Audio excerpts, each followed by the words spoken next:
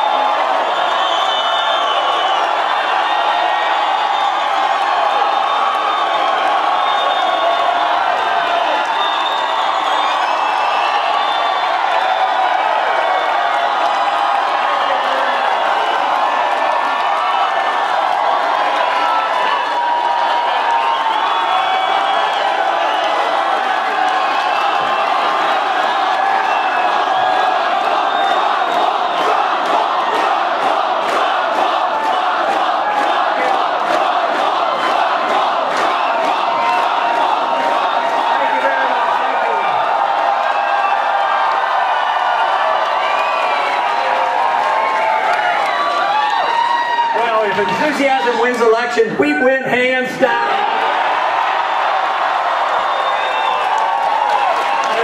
This is great. This is very, very nice, and thank you very much for coming out. You know, just a little while ago, I called Governor Romney and congratulated him, and we had a friend of.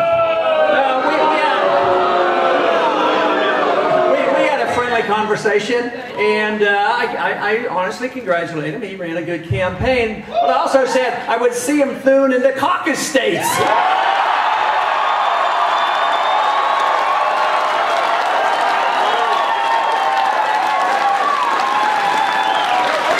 You know, we've been having a fantastic trip, and not too long ago, a few days ago, we were up in Maine. Fantastic reception up in Maine. Today we had 3 visits in Colorado, and they were fantastic. We visited with, and we probably had attendance well over 5,000 today. And it looks like we have a few hundred here tonight, to say the least.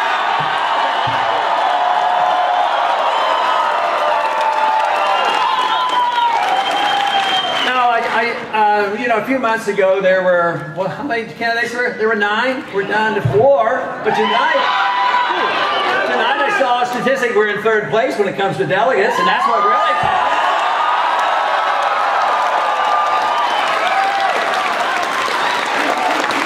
And we've only gotten started. Now the counting really starts.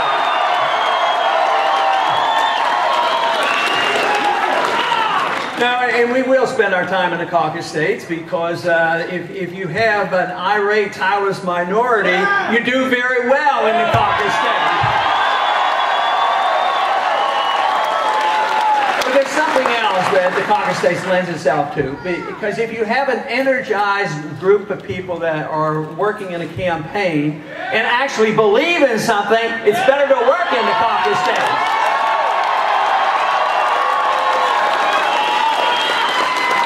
This is what's been so fantastic with the campaign. I've been doing a little bit of campaigning for liberty for a long time.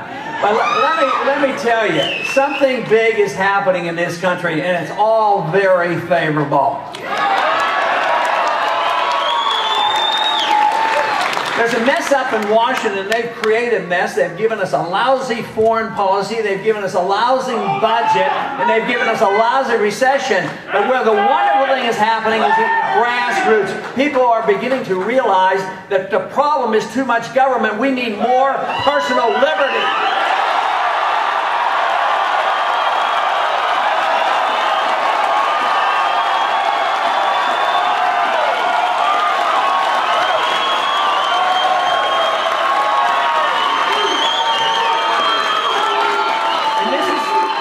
We're winning the hearts and minds of people, and the numbers are growing. I'll tell you what, there's many brush fires of freedom being lit across this country today. We don't even know where they are. There are so many. But it is being translated into great enthusiasm and change. the change that we need. We don't need to have more government. We need to get rid of some of the ornery process of the government. For instance, don't you think it's about time we had a new monetary policy?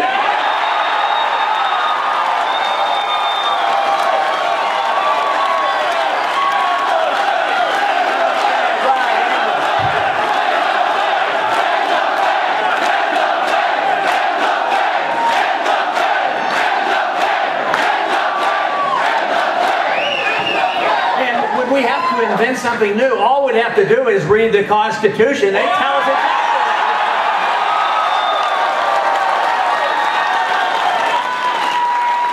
And what about a foreign policy? We need a foreign policy, but do we have to invent it? No, all we have to do is read the Constitution. We need a strong national defense. We don't need to be the policeman of the world. Very simply, we should reject and not get engaged in any more wars that aren't declared properly and supported by the people.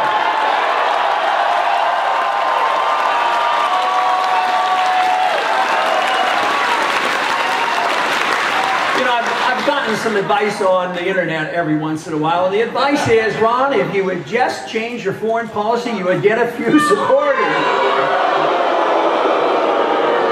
If they only knew that the support for the freedom movement comes with a sound economic and a sound foreign policy that makes sense.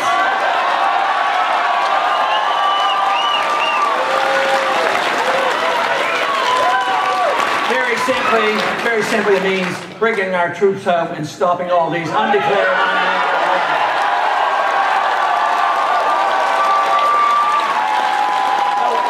What would this do for our economy?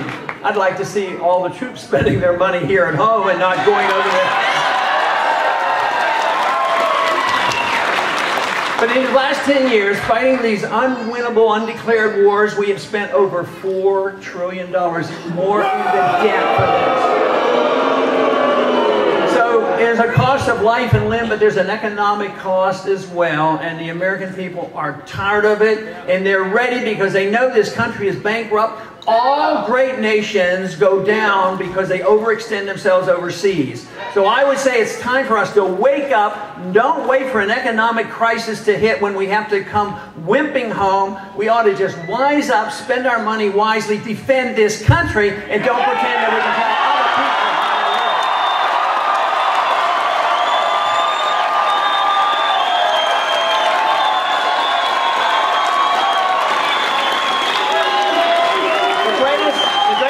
When we accept the notion that the government's supposed to take care of us from cradle to grave and we're supposed to be the policemen of the world, is that ultimately is done at the expense of personal liberty. The purpose of all government should be the protection of individual liberty for each and every one.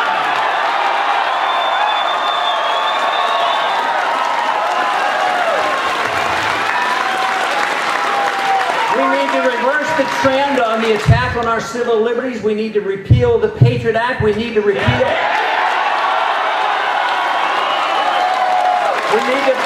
the provision that the President has the authority to assassinate American citizens without trial. We need to repeal the provision that says the President can use the military to arrest any American citizen and deny them a trial. Simply, the answer is send only people to Washington, send only people to the White House that know and understand and read the Constitution and enforce the Constitution.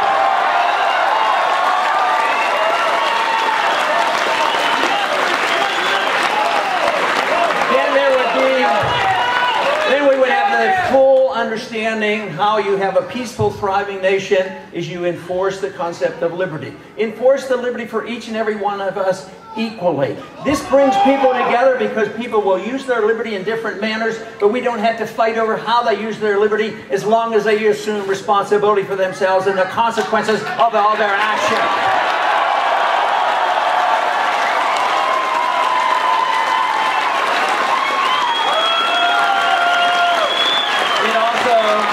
It also very simply suggests the fact that if we have a right to our life and our liberty, we should have a right to keep the fruits of our labor as well.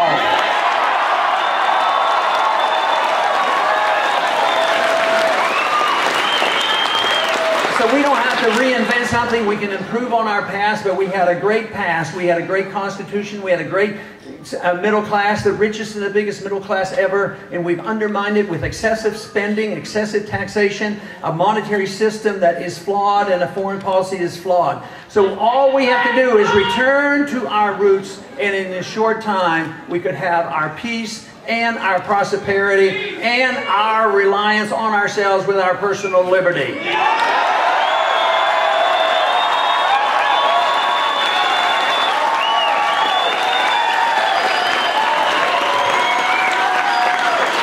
Not only has this been a great day for the campaign for liberty and this process, but it's been a great week for the campaign. And believe me, it's been a great past 4 years, because 5, 6, or 7 years ago, they really didn't know exactly what was happening. But with the crisis that hit, both the economic crisis that we had 4 years ago, the realization of the significance of our Federal Reserve System, as well as our flawed foreign policy, the people know about it. They're awakening to this. They're listening to this message. It's up to us to do something about it.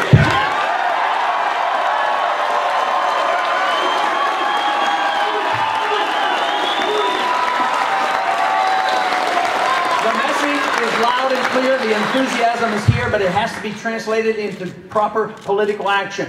That means attending the caucuses and sending a powerful message to this country that we want our freedoms back. We don't want more government. Thank you very much.